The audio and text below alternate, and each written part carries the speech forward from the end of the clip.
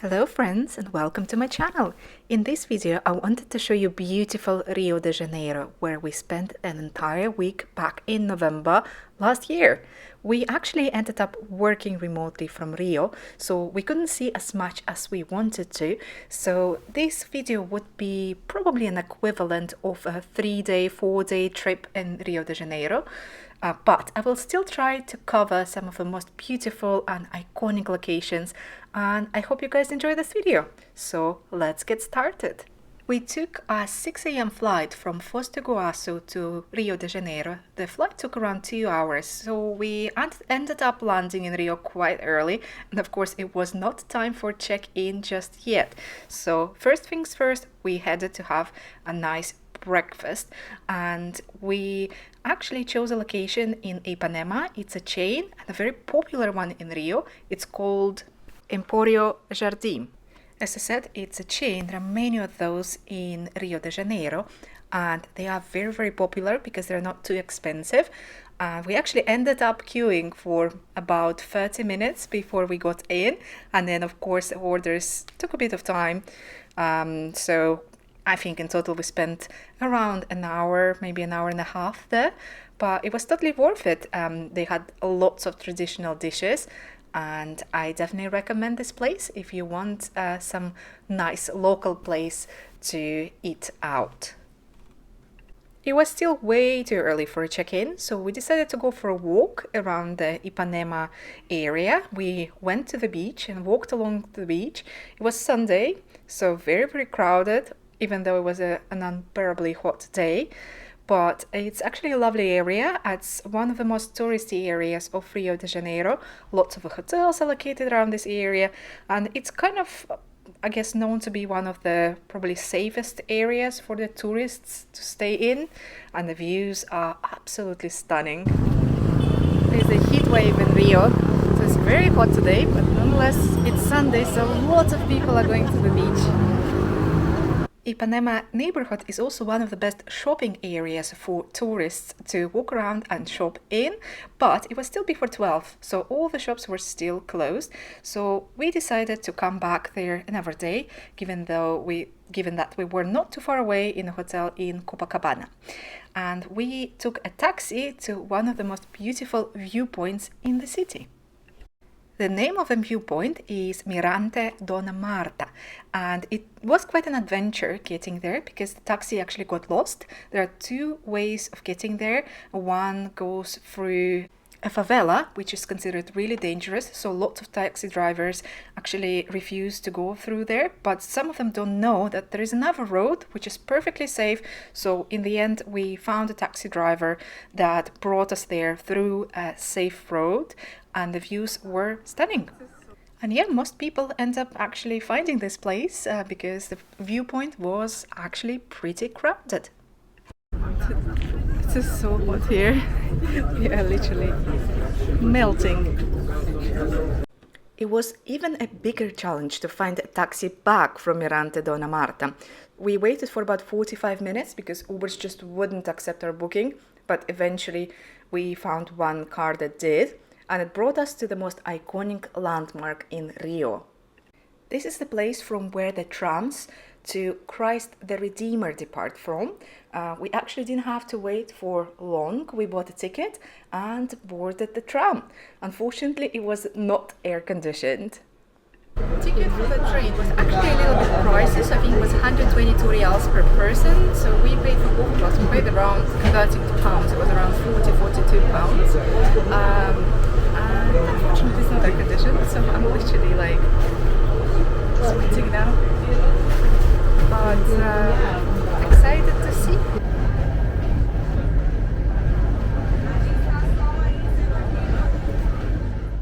The views from the tram were very pretty, but it mostly went through a very thick forest, so you couldn't see much except for a lot of vegetation. The day we actually decided to go sightseeing was one of the hottest days of the year in Brazil, so the temperatures in Rio de Janeiro reached 42 degrees that day, so it was pretty hot. Once you get all the way to the top, you need to either climb some stairs, or there is actually an escalator for those who find it a little bit hot. And of course, the area where the Christ Redeemer is a little bit crowded, even on the hottest day. But nonetheless, we were so happy to finally see the statue in person. This is such an iconic landmark, and also the views from here were absolutely beautiful. Okay, we made it up here, but it is pretty hot. It's like a sizzling pan. Oh my god. And the Christ is unfortunately also against the sun. We are actually mourning so much about the weather because prior to the trip to Iguazu and Rio de Janeiro, we were actually in Patagonia, in Chile and Argentina, and it was pretty cold there. At night it was around 0 degrees Celsius, and during the day it was like 13-14 degrees tops, so it was quite a change for us. That's why it took us a bit of time to get adjusted to the warm weather again. Also, it was just this first day that was extremely hot in Rio. The rest of the time was actually fine, so we kind of stopped complaining about it. But if you get tired of us complaining about the weather on this first day, I just wanted to explain why we were complaining so much. Next, we took the taxi back to Copacabana and decided to walk around and stop for the famous Brazilian açaí.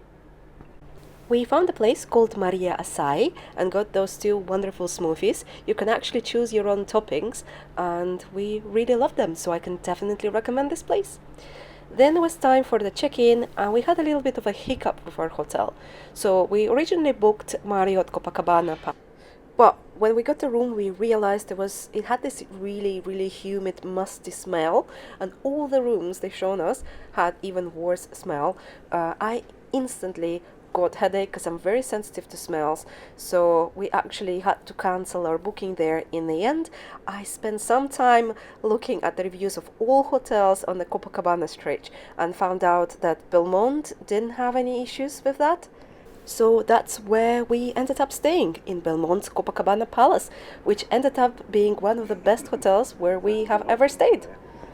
Finally, in the evening, we went to try famous Brazilian sushi. So I've heard a lot about Brazilian sushi. People genuinely praise sushi, especially in São Paulo. But we went to one of the best rated sushi places in Ipanema called Gourmet, and that's what we got. And the cocktails and sushi were really, really good. I really loved this place. I can definitely recommend it. There are also plenty of wonderful juice bars in Ipanema. This is one of them, and the juices are absolutely next level. Next day we were actually working remotely, and then once we finished working, we went to Copacabana beach to swim, and I didn't bring my camera with me. And we actually ended up going somewhere only in the evening, and that somewhere was a very special Michelin-starred restaurant, also located in the Ipanema area. And this restaurant was not as expensive as Michelin-star restaurants in Europe, for example, and dishes were really interesting. But I can't say I was blown away, and generally speaking, I would probably recommend Gourmet Sushi a bit more over this restaurant. The restaurant name is Oro, by the way, and it's located close to Leblon. The next day we also spent on the beach just after working, but on our 4th day in Rio de Janeiro, we finally left our bubble in Copacabana and Ipanema and went to the liveliest and most vibrant area of Rio de Janeiro called Lapa. That's where you can find lots of bars, nightclubs, salsa bars, and also lots of famous touristy attractions. Since we went during the day, most of the salsa bars were still closed. They opened kind of closer to the night, but there were plenty of restaurants that were open. Also in this area, there are lots of different hostels and budget-friendly hotels.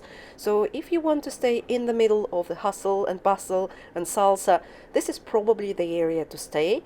But it's probably not as kind of safe as the area of Ipanema in general, but we haven't seen anything crazy there, although I was advised by multiple people to hide the camera.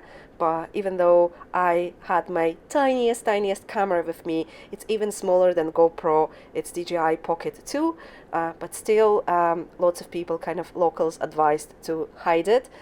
So I was trying to be a little bit more discreet, and that's why I don't have that many videos from Rio in general. One of the most iconic locations in Lapa are those stairs. They're probably, well, one of the most Instagrammable locations in the entire Rio de Janeiro. And the best thing you can do is obviously walk up and down, walk the stairs up and down. There are also lots of businesses selling caipirinhas and other cocktails, and also cafes and little shops. But most of the people come here to take some photos. I imagine those stairs are even busier at night when everyone comes to the bars. But look at the queue to take photo in the most photogenic spot. However, if you walk a couple of lights up, there will be still very beautiful places to take photos from, and they will have maybe 10 times less people, so you wouldn't even need to queue.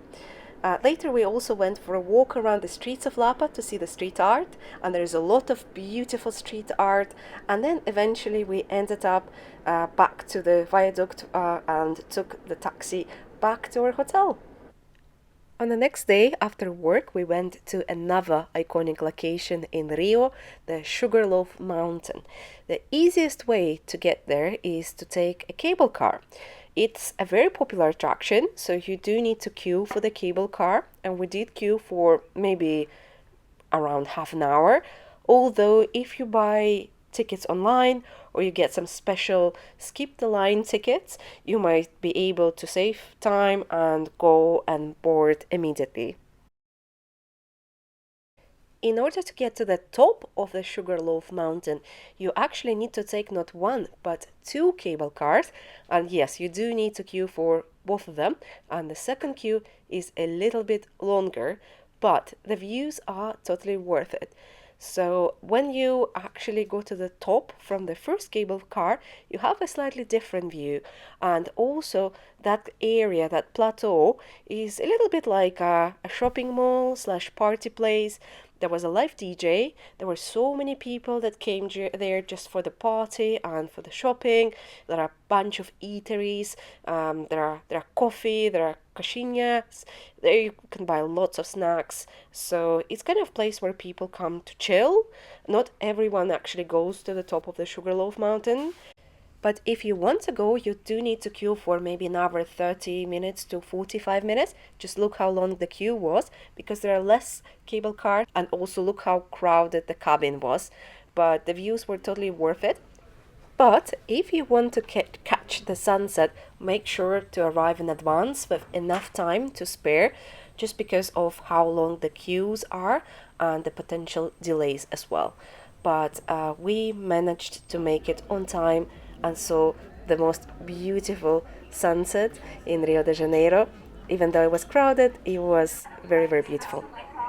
In total, we spent around 45 minutes on the top of the Sugarloaf Mountain on that small observation deck, and we were taking pictures from kind of different angles, and we saw the city slowly getting dark and the lights switching on. It was absolutely magical, and we were lucky because it wasn't cloudy that day, because the previous 3 days were a little bit cloudy, so you couldn't see pink sunset. But yeah, it was gorgeous. So I totally recommend picking a good day and going there to watch the sunset. For dinner, we went to a little restaurant located on the start of the Copacabana beach called Joaquinha and tried traditional Brazilian food. It was a very good restaurant, and I can rate it really highly, and I can definitely recommend it. It was just a short taxi ride from the Sugarloaf Mountain. After dinner, we went for a stroll along Copacabana beach. It was actually Thursday evening, so the beach was very busy with lots of tourists and locals just walking around. The promenade is really wide, and it's a lovely place to walk around. There are lots of different bars, different sellers selling acai, and I think the most popular thing everybody's selling are the towels. You'll see them, they're laying on the floor, and also some souvenirs and art.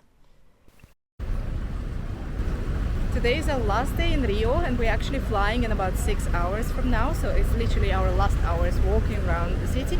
We will try to walk the entire Copacabana. We will also probably get to Ipanema and walk the entire Ipanema, and we might also get to the lake, to the lagoa. I'm not sure how to pronounce.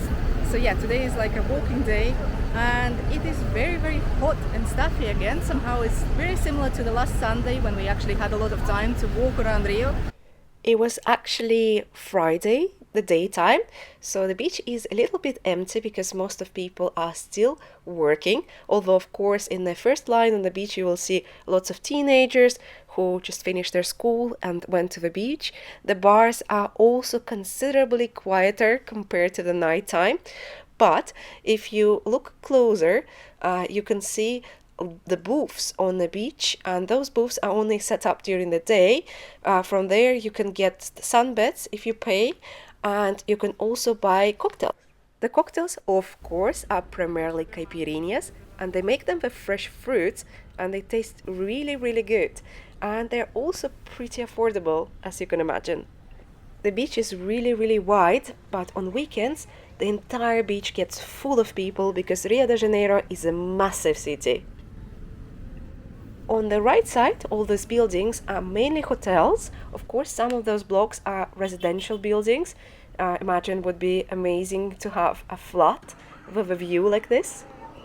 But of course, most of the buildings are five-star hotels, and some of them are even have some little private areas on the beach. They pick up the loungers at night and they install them back during the day. Our hotel, Copacabana Palace, also had its little corner on the beach, but this is virtually the end of Copacabana Beach, and it gets much narrower. You can't actually walk all the way through the beach to Ipanema. You need to turn and walk up a couple of avenues, but the walk is really nice and it's relatively short. I think you spend around 5 to 10 minutes walking in the city before you get back to the beach. By the time we got to Ipanema, it was actually later. It was around 4 p.m. when lots of people finished working and lots of teenagers were out of schools. So you can see how much busier Ipanema was compared to Copacabana, but maybe it's actually always busier, I don't know. But the beach is a little bit more photogenic because of the mountains in the background. It's probably the most beautiful beach in Rio de Janeiro that is located in close proximity to the city center. Ipanema Beach is not as wide as Copacabana Beach, and it also has lots of cellars, and the cellars are equally like in Copacabana. They're also placed on the embankment, and they're mostly selling some jewelry, some art, and towels as well. And of course, we found a lot of stalls selling cocktails. So we found one selling really hipster caipirinhas, and oh my, they were really, really strong. We actually got a little bit tipsy after just drinking one caipirinha each, but they were delicious. Probably the most delicious caipirinhas we've ever tried. Ipanema Beach is mostly busy at its start, then it gets emptier and emptier, and the bars become a little bit more established and fancier as well, and probably more expensive. So we walked, I think, halfway to the beach before turning to the right to the Leblon area to check out a shopping mall. So the shopping mall is probably one of the fancier ones in Rio. It's called Shopping Leblon, and it's a 3-4 story shopping mall full of really nice shops, and the shops there are really the next level. Of course, they have lots of international brands too, but the shops we were most impressed about were local Brazilian brands. They had some wonderful designs and they were so beautiful. I actually wanted to buy everything, but unfortunately I didn't have space in my bag or the time to try on different things. And also there is a shop of Far Rio, which of course is super popular right now, and the prices are probably 1/5 of the prices you will see in the United Kingdom. So if you're planning to come to Rio and you like shopping and you like the brand Farm, make sure to bring some money with you, because you won't leave the shop without buying at least a couple of things. And not just in Farm, there are plenty of other amazing brands, so I definitely recommend checking out the shopping mall and the whole shopping quarter of Ipanema. On this positive note, it's time for us to actually fly back, so I'm finishing this video and I hope you guys enjoyed it. If you have any questions, please let me know in the comments. Thanks for watching, bye!